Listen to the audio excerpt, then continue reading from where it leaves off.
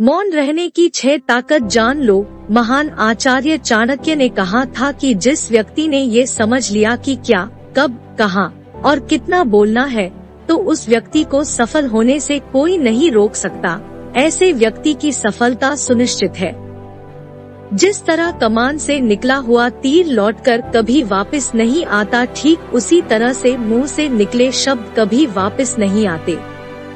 शब्द और भाषा भी हथियार होते हैं और कमजोरी भी। सही समय पर सही शब्दों के प्रयोग से इंसान परेशानियों से बच जाता है, लेकिन बिना सोचे समझे बोले गए शब्द इंसान की मुसीबत को बढ़ा देते हैं।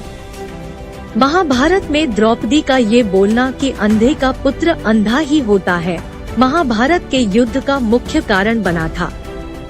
आज भी हमारे समाज में लोग अपनी जुबान का इस्तेमाल दूसरों को नीचा दिखाने और खुद को बड़ा बताने के लिए करते हैं, लेकिन जो समझदार और सफल इंसान होते हैं वो ये अच्छी तरह से जानते हैं कि उन्हें किस वक्त कितना और क्या बोलना है।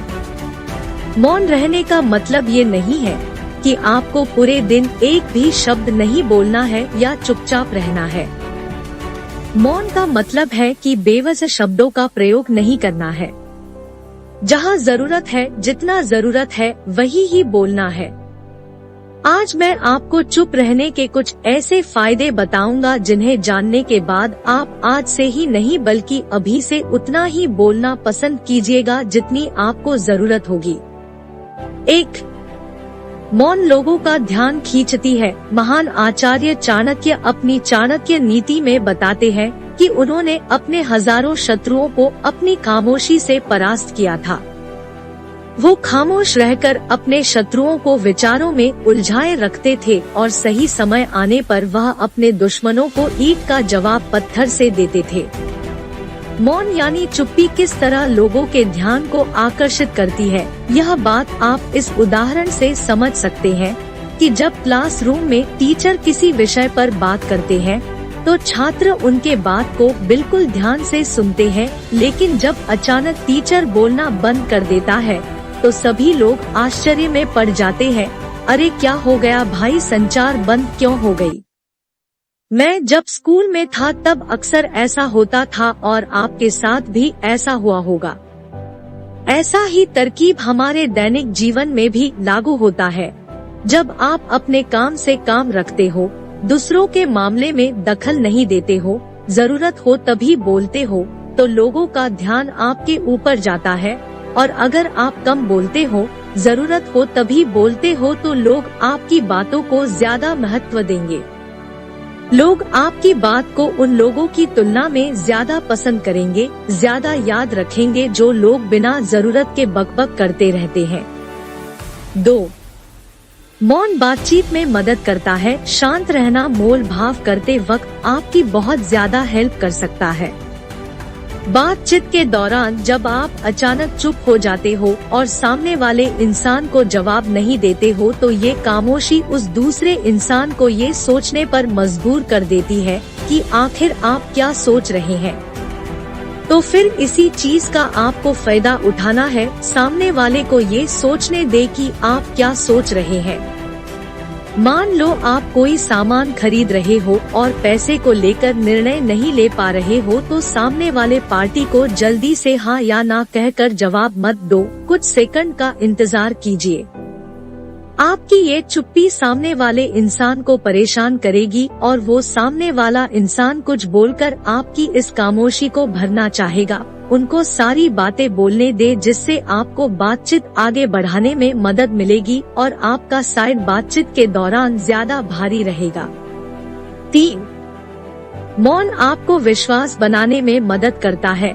अगर आप एक मजबूत रिश्ते बनाना चाहते हो तो उससे पहले विश्वास बनाना होगा, और बनाना तभी बनेगा जब आप सामने वाले इंसान की बातों को ध्यान से सुनोगे। यानी बातचीत के दौरान बोलोगे कम और सुनोगे ज्यादा। ऐसा करने से दूसरे इंसान को लगेगा कि आप एक अच्छे इंसान हो, सामने वाले की बात को अच्छे से सुनते हो, किसी को भी नजरअंदाज नहीं करते हो, और तभी तो वो आपके बातों को अच्छे से सुनेगा और विश्वास बनेगा। 4.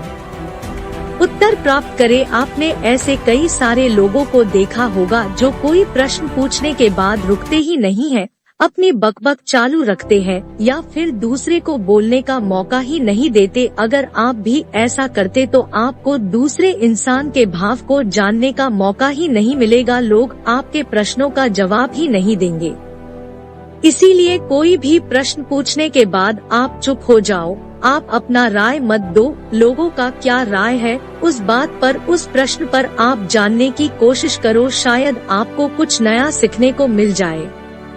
कुल मिलाकर आप प्रश्न पूछने के बाद जितना जल्दी चुप हो जाओगे, आपको उतना जल्दी उत्तर मिलेगा।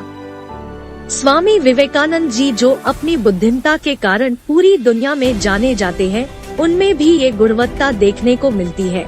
वे भी अपने गुरु रामकृष्ण जी से जब भी कोई प्रश्न पूछते थे तो अपना राय तो बाद में देते थे, लेकिन पहले प्रश्न पूछने के तुरंत बाद चुप हो जाते थे ताकि उनके गुरुदेव की क्या राय है उस प्रश्न को लेकर, उस बात को लेकर ये जान सके। 5. नम्र शक्ति। मौन एक ताकत है, एक ऐसी ताकत है जिसकी मदद से आप सामने वाले से बिना लड़े हरा सकते हैं। इसका सबसे बेहतरीन उदाहरण है महात्मा गांधी जी, जो कि सत्य और अहिंसा के मार्ग पर चले थे और बिना लड़े उन्होंने अंग्रेजों को धूल चटाई थी। महात्मा गांधी जी जानते थे कि अगर हमने अंग्रेजों से लड़ाई की तो हम उनसे कभी नहीं जीत पाएंगे। उन्होंने मौन रहने की ताकत का इस्तेमाल किया और अंग्रेजों को हराया। कई बार लड़ने से और झगड़ने से समस्या का समाधान नहीं होता, चुप रहने से और शांत हो जाने से समस्या का समाधान हो जाता है। 6. विचारशील। मौन रहने से कई सारी मुसीबतों से बचा सकता है। एक लड़का लैपटॉप खरीदने जा रहा था, तभी उसको रास्ते में वर्षों पुराना एक दोस्त मिलता है जो उसको बोलता है कि तुम जहां लैपटॉप खरीदने जा रहे हो उसी के पास में एक घर है, वहां ये सामान डिलीवर कर देना। वह अपने दोस्त को ना नहीं बोलता है और उसका सामान ले लेता है, लेकिन जहां सामान डिलीवर करना था वो घर उस दुकान से काफी दूर था। उस आइटम को डिलीवर करने में उसका बहुत सारा समय बर्बाद हुआ। बाद में जब वह दुकान पर पहुंचा तो वह दुकान बंद हो चुकी थी। उसे अपने दोस्त के ऊपर बहुत ज्यादा गुस्सा आया। इसीलिए हमें हमेशा हाँ नहीं कहना चाहिए, ना कहने और मौन के ताकत को समझना चाहिए। तो दोस्तों, इन सब बातों से आप ये समझ चुके होंगे कि चुप रहने में बहुत ताकत है। चुप रहने की ताकत को कम नहीं समझना चाहिए। चुप रहना आपको बहुत सारी मुसीबतों से बचा सकती है, और अगर आप भी इन बताई गई बातों को उतारते हो, जहां जरूरत हो वही बोलते हो, तो निश्चित रूप से आपको बहुत ज्यादा फायदा होगा। यदि ये कहानी आपको पसंद आई हो और इससे कोई सीख मिली हो तो अपने दोस्तों और अन्य लोगों के साथ शेयर एंड सब्सक्राइब जरूर कीजिएगा।